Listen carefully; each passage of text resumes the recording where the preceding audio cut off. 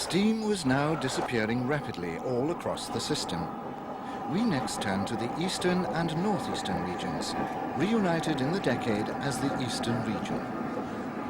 From the hotel fire escape overlooking York Station, we see a northbound express leaving behind an A3 at the beginning of the decade.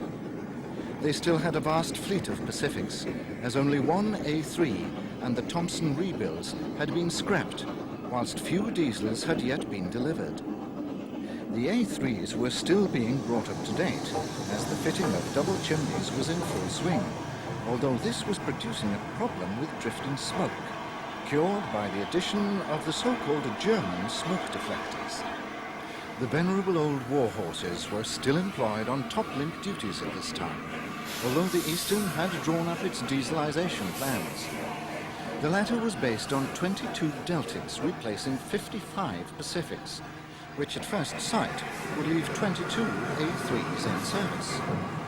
The diesels were due for delivery in 1960, but production delays meant that the first ones didn't appear until March 1961, too late to have any influence on the summer timetables for that year.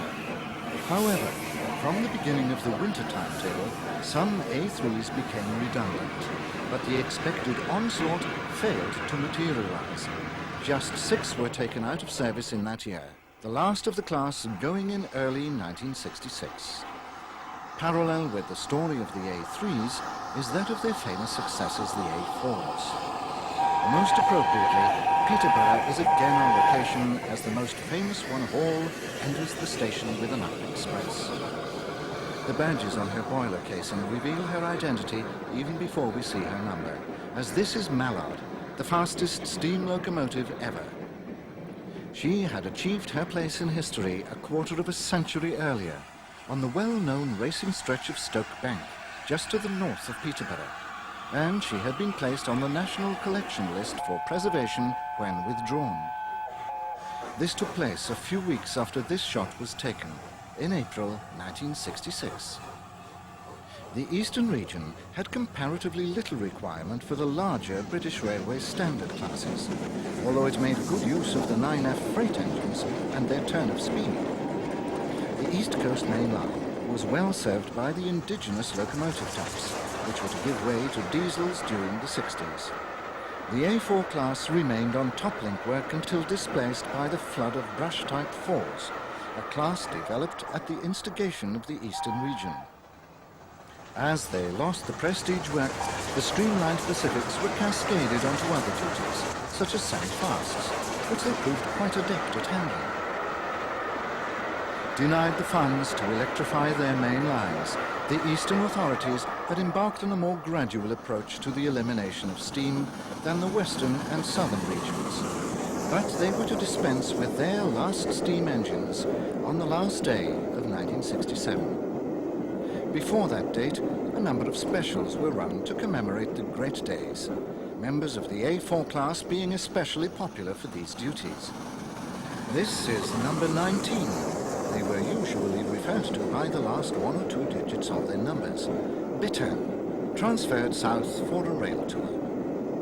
The engine that follows, number 9, Union of South Africa, was, like Bittern, one of those which found employment on the Scottish region's Glasgow to Aberdeen expresses, which provided a true Indian summer in the mid-60s for these great engines. Their rundown paralleled the A3s, 5 going in 1962, although 6, including these 2, worked into 1966 from Aberdeen's Ferryhill shed. Naturally enough, they were popular for preservation, and both were to see a new lease of life on withdrawal. 15 of the class had been withdrawn by the end of 1963, all from sheds in England. Gateshead retained 2 more until their withdrawal in the spring of 1964, but half of the class was to work in Scotland. The filthy state of New England's Miles Beevor in the summer of 1963 was sadly typical of the period. Seen on Newcastle's famous crossings, this engine would be one of the Scottish transfers, lasting until just before Christmas 1965.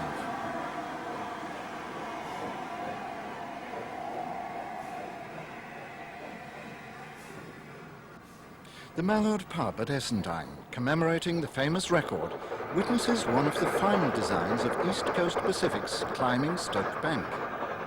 Peppercorn's A1s and A2s, despite their later construction, suffered withdrawals over the same period as the Gresley machines. Only one of the 64 built would survive.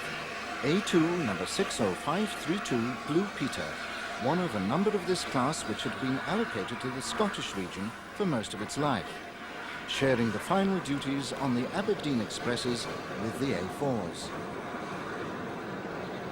The Peppercorn engines also appeared on specials, and A1 number 60122 Curlew, their names continued in the Gresley tradition, is seen at King's Cross in the company of the legend herself, Mallard. Curlew was one of the 1962 withdrawals, which from then on were of locomotives requiring shopping from any of the Pacific classes. On this occasion, Mallard was about to take one of the annual Ian Allen Loco Spotters Club specials north, up the East Coast Main Line. The publisher was a major sponsor of such trips in the early 60s, and Mallard was to undertake a considerable number of rail tours in that year. Two other A4s were officially preserved, numbers 8 and 10, being sent to the USA and Canada respectively. 3 more would be privately purchased. One part of the eastern region to see major change was the industrial northeast. The 2 final classes of Northeastern Railway mineral engines, classes Q6 and J27, were to prove to be the very last pre-grouping designs in service on any region. The J27 design dated from 1906, although most of the last survivors were from a batch built shortly after grouping in 1923. The J27s tended to be used on mineral traffic in Northumberland, whilst the 8-coupled Class Q6s were more at home in the hillier areas of County Durham. Both types were used on the traffic for which they were built throughout their lives. The Northeast was, of course, the cradle of railways, and the Northeastern Railway and the LNER had built up a huge network of lines to service the collieries and industrial plants.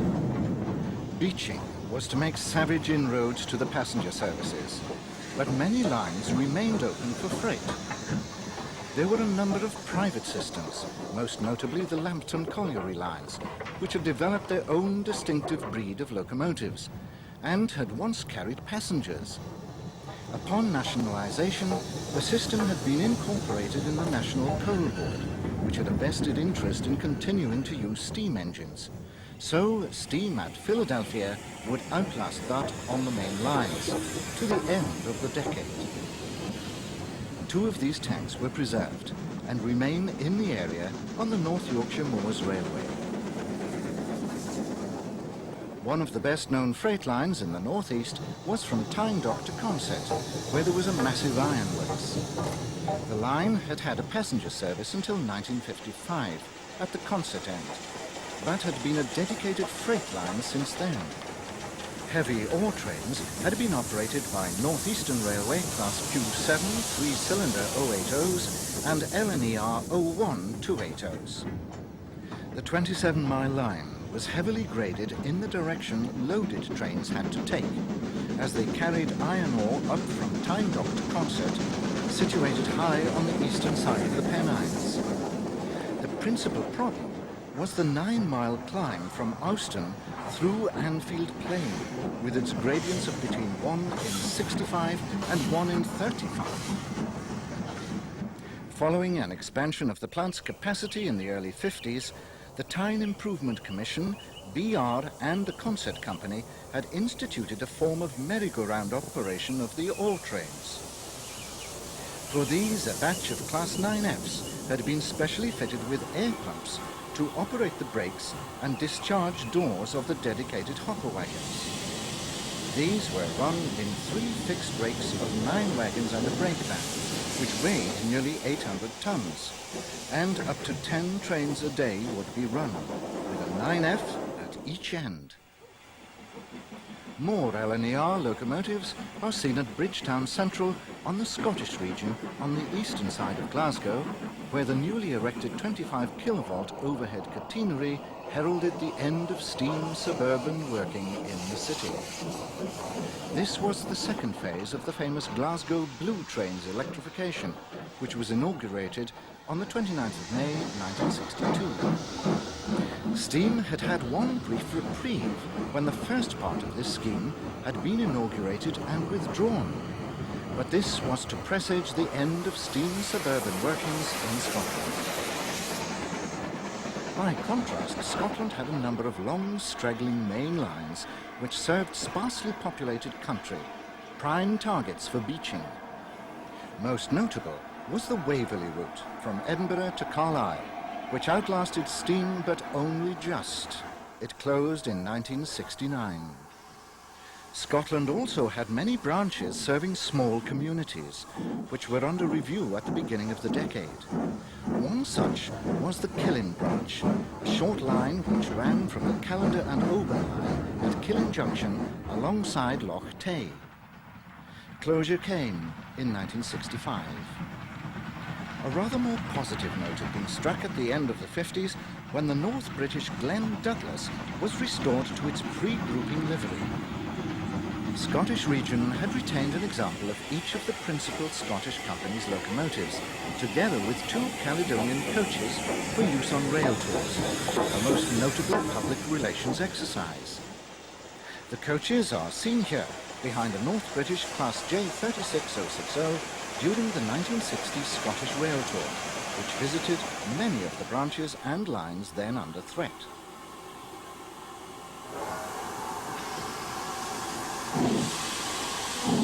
The British Railways standard classes had been a godsend for the Scottish region's former LMS lines. The Class 4s are seen on the Port Road from Dumfries to Stranraer, which stretched across the southwestern part of Scotland.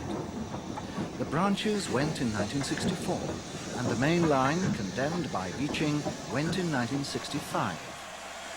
Boat trains to Stranraer Harbour for the Irish traffic were diverted to take the long loop via Ayr and Kilmarnock.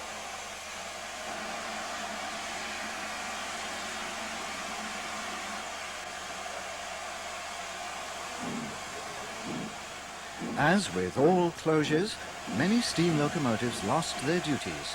In this case, the small class of British Railways Standard Class 6 Pacifics, the Clans, were made redundant, the first standard class to be eliminated. At the beginning of the decade, there were many pre-grouping classes still in existence in Scotland. Over 100 of these Caledonian 060 jumbos remained in 1961, although all were gone by 1964. The great Scottish company's entire stock being eliminated by the end of 1964, when the final Pickersgill goods engines went. Thereafter, the only evidence of Scottish railway history remained in the form of track and buildings, but the beaching, cuts and closures would ensure that it was a very much smaller Scottish region that finally dispensed with steam in the summer of 1967.